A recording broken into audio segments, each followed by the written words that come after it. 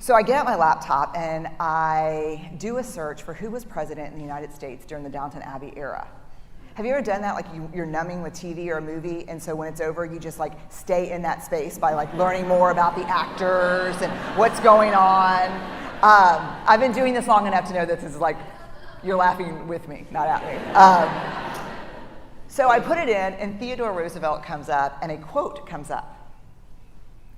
And I read it, and this is what it says. It's a quote from a speech that he gave in the early 1900s at the Sorbonne, and a lot of people call it the Man in the Arena speech. And this is the passage that changes my life. It's not the critic who counts.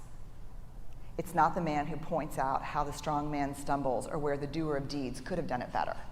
The credit belongs to the person who's actually in the arena, whose face is marred with blood and sweat and dust, who, at the best, in the end, knows the triumph of high achievement, and who, at worst, if he fails daring greatly. So the moment that I read that, I closed my laptop, and this is what shifted in me. 3 huge things. First, I spent the last 12 years studying vulnerability, and that quote was everything I know about vulnerability.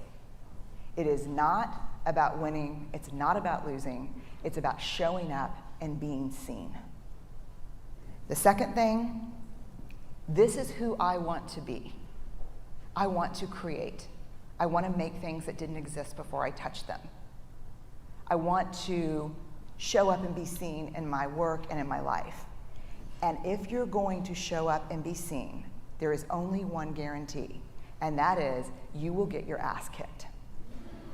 That is the guarantee. That's the only certainty you have. If you're going to go in the arena and spend any time in there whatsoever, especially if you've committed to creating in your life, you will get your ass kicked. So you have to decide at that moment, I think for all of us, if courage is a value that we hold, this is a consequence. You can't avoid it. The third thing, which really set me free, and I think Steve, my husband, would argue has made me somewhat dangerous, is kind of a new philosophy about criticism, which is this. If you're not in the arena also getting your ass kicked, I'm not interested in your feedback. Period. That's it.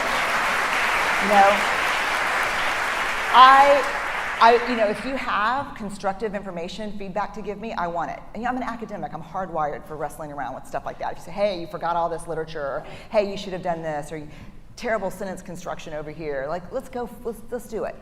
I love that. But if you're in the cheap seats, not putting yourself on the line, and just talking about how I could do it better, I'm in no way interested in your feedback.